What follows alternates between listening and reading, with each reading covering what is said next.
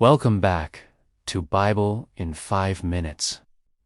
In the last video, we looked at Nehemiah.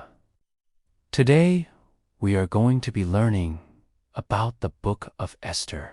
We begin in the ancient kingdom of Persia, also known as the Ahasuerus Empire, which existed from 550 to 330 BC.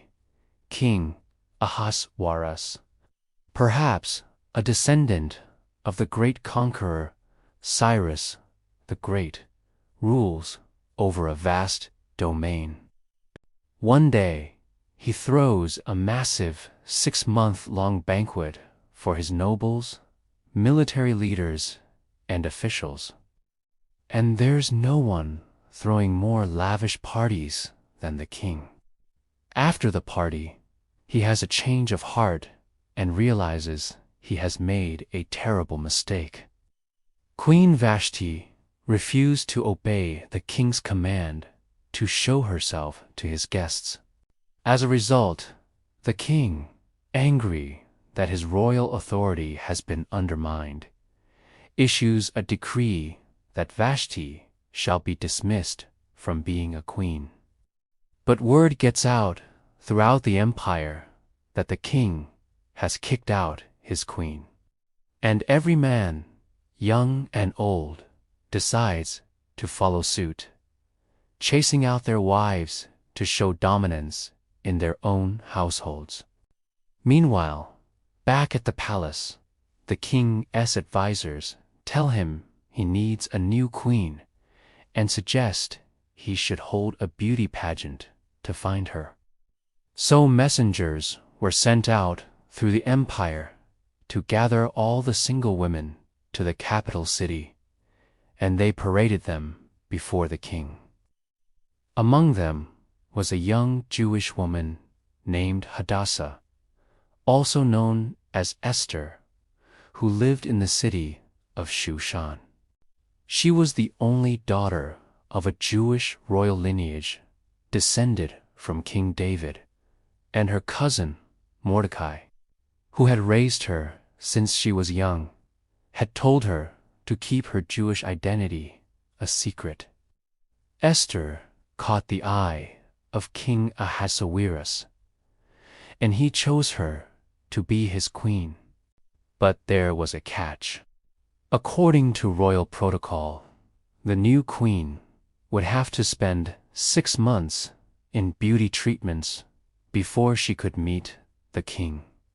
Mordecai warns her not to think that being in the palace will be like being in the wilderness, and instructs her to remember God while in the presence of the king.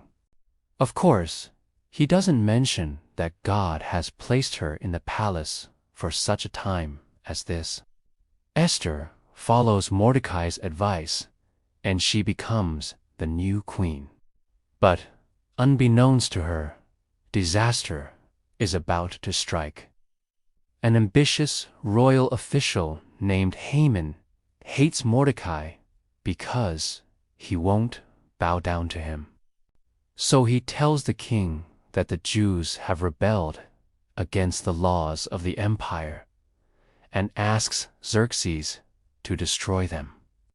The king signs a sealed decree giving Haman permission to do as he pleases. Mordecai learns of the evil plot and asks Esther to plead with the king to reverse the decree. She reluctantly agrees, knowing that approaching the king without being summoned could be a death sentence. But Mordecai reminds her that God placed her in the palace for such a time as this, and she must put on her beautiful garments and go before the king.